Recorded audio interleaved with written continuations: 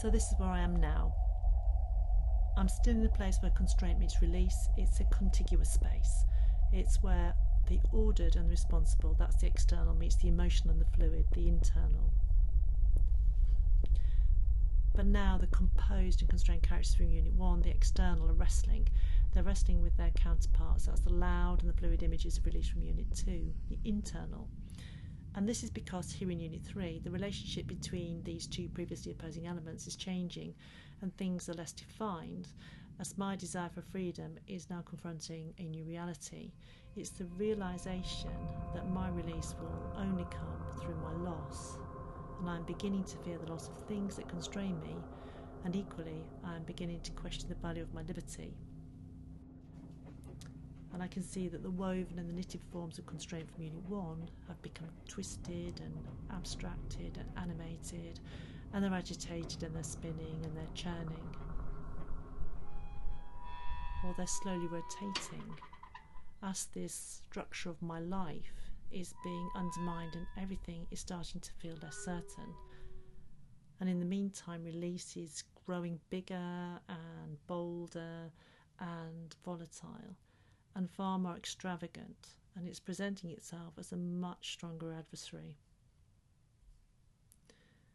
And whilst I'm trying to make sense of and visualise my internal and external conflict, everything else is being dragged into my work, but I'm managing to find some sort of meaning and consolation as a result of seeing myself within this mass of everything, this eternal return, seeing myself as a small and temporary conglomerate within this huge rolling cycle of existence.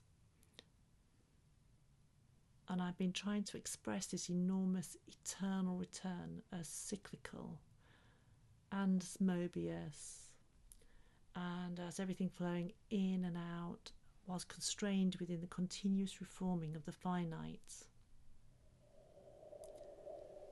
And now I've got to a stage where I've got grand fabulations in mind, to be formed through paint on canvas, and they're inspired by the opulence of the Baroque and the Rococo.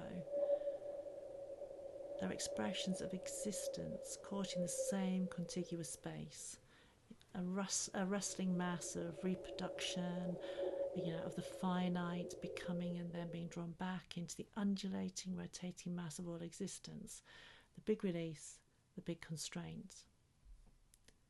And having come to where I am now, through this 2-year journey of responding to events happening in my small world, I'm seeing some of my past images mixed with the momentum of my current practice here on my blog, and it feels like an odyssey, a fractured story, a sense of travelling across turbulent seas, driven by blustery winds to islands and to monsters, seeing gorgons and cyclops and harpies, and of my trials and of my tribulations.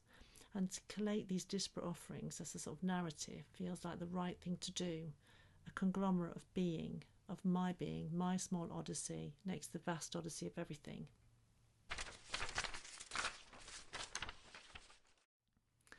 And this is what I'm hoping to present for the exhibition at CSM. I'm planning paintings to express eternal return, whilst forming images in a reel to express a small odyssey to sit beside large, billowing and rotating images of the colossal mass of everything.